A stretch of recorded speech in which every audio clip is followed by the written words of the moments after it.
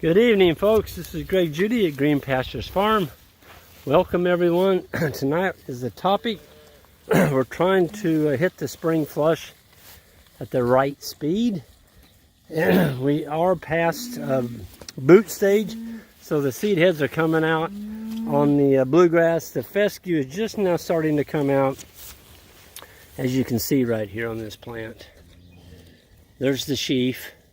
The tip of my finger is just now starting to come out. So we're hitting this just about right. The cattle, as you can see, are really doing well on this. They're fat, putting on a lot of condition. And one of the things that I noticed when we brought the cows into here is what's coming underneath. And I'm just flabbergasted. I'm like, boy, this is going to be rocket fuel here the next rotation through. And look what I'm talking about here. Y'all see something down in there? Those are baby clover plants. And here's some more. They're all in there. Everywhere you walk out here, there's baby clover plants coming up. And we're not going to be back here. This is the middle of May. We've got 292. We added 10 heifers here yesterday.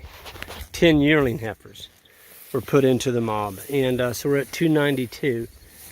And that's counting calves, cows, yearling heifers, grass-fed steers. There's a few young bulls in here that are probably less than 5 months old. Nothing that can breed. The bulls are taken out March 1st to keep us out of winter calving. But that 816, that's the first calf heifer. Look at her. She's got a calf. She's got a big old gut. She's got just a really nice rump on her. We like a big ass on her cows. And when you got a heifer that's got a butt on her like that, that's a good heifer. This is a little cow here. That's her second calf. That little cow there only weigh, oh gosh, 780, 800 pounds. She's little. She's got a dandy calf, and last time she had a calf, she weaned off a butte. I mean, of course, she weaned it off. We didn't. We don't wean calves. We let the mothers do that. But everywhere we walk out here, there's all this clover coming up. I mean, look at it. It's down in there. And I'm not talking 1 or 2 plants. I'm talking millions. 50 acres of grass here, it looks like that. Folks, we haven't been back here since we mudded it. This is where we were when Ben got here, the 3rd week of March. It rained for 14 days, and we were struggling to keep the cattle out of mud. And the animals really pugged this. But we haven't done anything to it. There was no fertilizer put down on this, no lime, just a lot of hooves, a lot of manure, and we had 100 bales here. Folks, we only fed, let's see, there's 86 left over there. So we only fed 14 bales. So we got 86 left for next year on this particular patty. It is just crazy. You know, I used to complain about the little hoof marks the cows left, and like here's a pug mark right here from this fall, or I'm sorry, this winter. And Ian, my friend from Africa, like, Greg, what are you complaining about? You got 50 million little ponds out here. And so he's right, man. We caught the water. We came out here this morning after the 3.5 inches, and there wasn't any water coming off this field. It was all in it. The neighbor that decided to be a crop farmer, he's got bare soil over there. That field was just shedding water. I mean, just shedding it. And it wasn't a pretty water. It was a brown water. We had water coming out of our spillway on that pond over there by Ben and Isaac. And Ben made the comment as he walked by the spillway, he said, Greg, check out that water. It was beautiful. I mean, it was drinking water quality. It was just perfect blue. Really, really had a good color to it. And just good stuff. Good stuff. There's There's a young cow. We've got a couple of these calves that got sun scald on them. We got up to 90 degrees, 85, 90 degrees. And actually scalded some of them. Oh, there is a nice calf. He is a beauty. This cow here is almost completely sleeped off. So won't be too long. But again, we got Clover coming in the bottom. This is winter stockpile that we grazed off. We unrolled 14 bales of hay on it.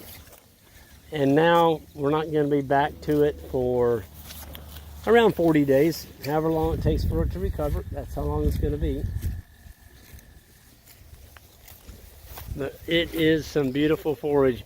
Cows are in, grass clear up to their knees.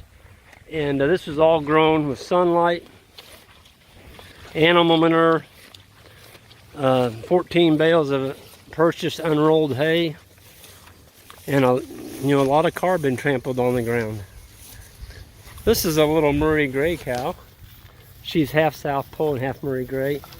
And I think she may have just a gorgeous calf here, 020. You talk about a pretty little female. Look at that one. She looks velvety almost. You like healthy looking calves.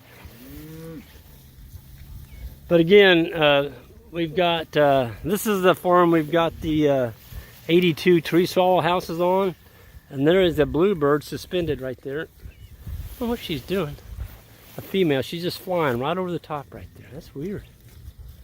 Like she's spotted something, she's gonna dive down and get it. See that? Can you all see her? There she is. Huh.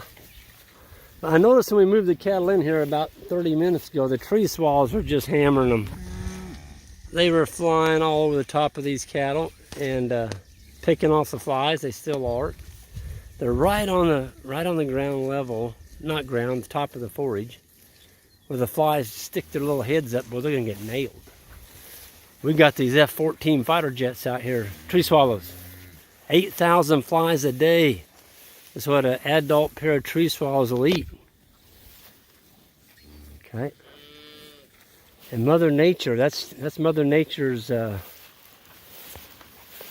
fly control.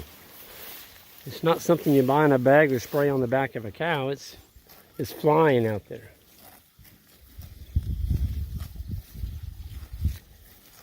Y'all hear something? It's just rip, rip, rip, rip.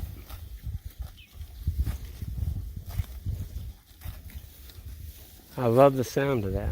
That's all that is just rip. It's those cow tongues going after the grass, ripping it off. It's music to a grazer's ear. You like to hear that rip, rip, rip. That's what we got going on here. Of course, that rip, rip, rip is growing more milk inside the cow. The cow is feeding it to these calves. At the same time, the cow is getting fat so she can breed back for her next calf. That's the way nature works. It's just pretty darn cool. What's even more cool, or as cool, is those two young men walking around that pasture over there. Ben and Isaac. I didn't ask them to do that. I'm telling you, those are two sharp young men. You know what they're doing? They're walking that field. They're looking for any baby calves that we might have missed. Even though we drove over it, they're still out there looking. That's how punctual those two are. I didn't ask them to do that. That's just amazing. You don't have to ask somebody to do something. You just have the intuition to do that. Man, that is one fine looking bull calf right here. Woo. 039. You are going to be a beaut. Look how slick he is. Looks like he took armor on and put on him. Look at that. Folks, you can't make a calf any prettier than that one. old 12, he's kind of jealous. He's like, well, what's wrong with me? There's nothing wrong with you, old 12. You're a beautiful calf too. I would take 100 just like you. But anyway, I've got a few things we need to get going on, but I just wanted to share our pasture walk with y'all tonight. And wow, look at this. There's a baby bird down there. It's a bluebird. That's what she was hovering over. Remember I told you that bluebird was hovering? Look at that. There's her baby. Right there. See it? The baby bluebird. I'm sorry, honey. I'll get out of here. You know, and I'm glad I saw that. Look at it. See it? That bluebird's fine. Mama's going to feed you in a minute. I'll get out of here. She'll probably come over and feed her some worms. We were in a monsoon yesterday. I mean, it was raining. We were moving the cows, and I came up on a nest. And the cows had grazed this area. I mean, there was 292 of them in there. And they grazed this area, and I saw this clump, and I went and looked down in there, and there was a nest, a meadowlark nest with all the eggs in it. Those cows did not stomp that nest. I thought that was amazing. Now, the old female meadowlark might have been sitting on there squawking at him or whatever, but that was just amazing to me that the nest didn't get trampled. So anyway, that's what I'm going to end with here tonight. It's all about managing with nature, folks. That's what it's about. Healthy lifestyle for the animals means a healthy lifestyle for you. So we're going to see some of y'all at our grazing school in September. Check out our website, greenpasturesfarm.net. For those of you new subscribers, or new viewers, I should say, hit that subscribe button on the way out, and we'll meet you next time down the road. Take care and have a great day.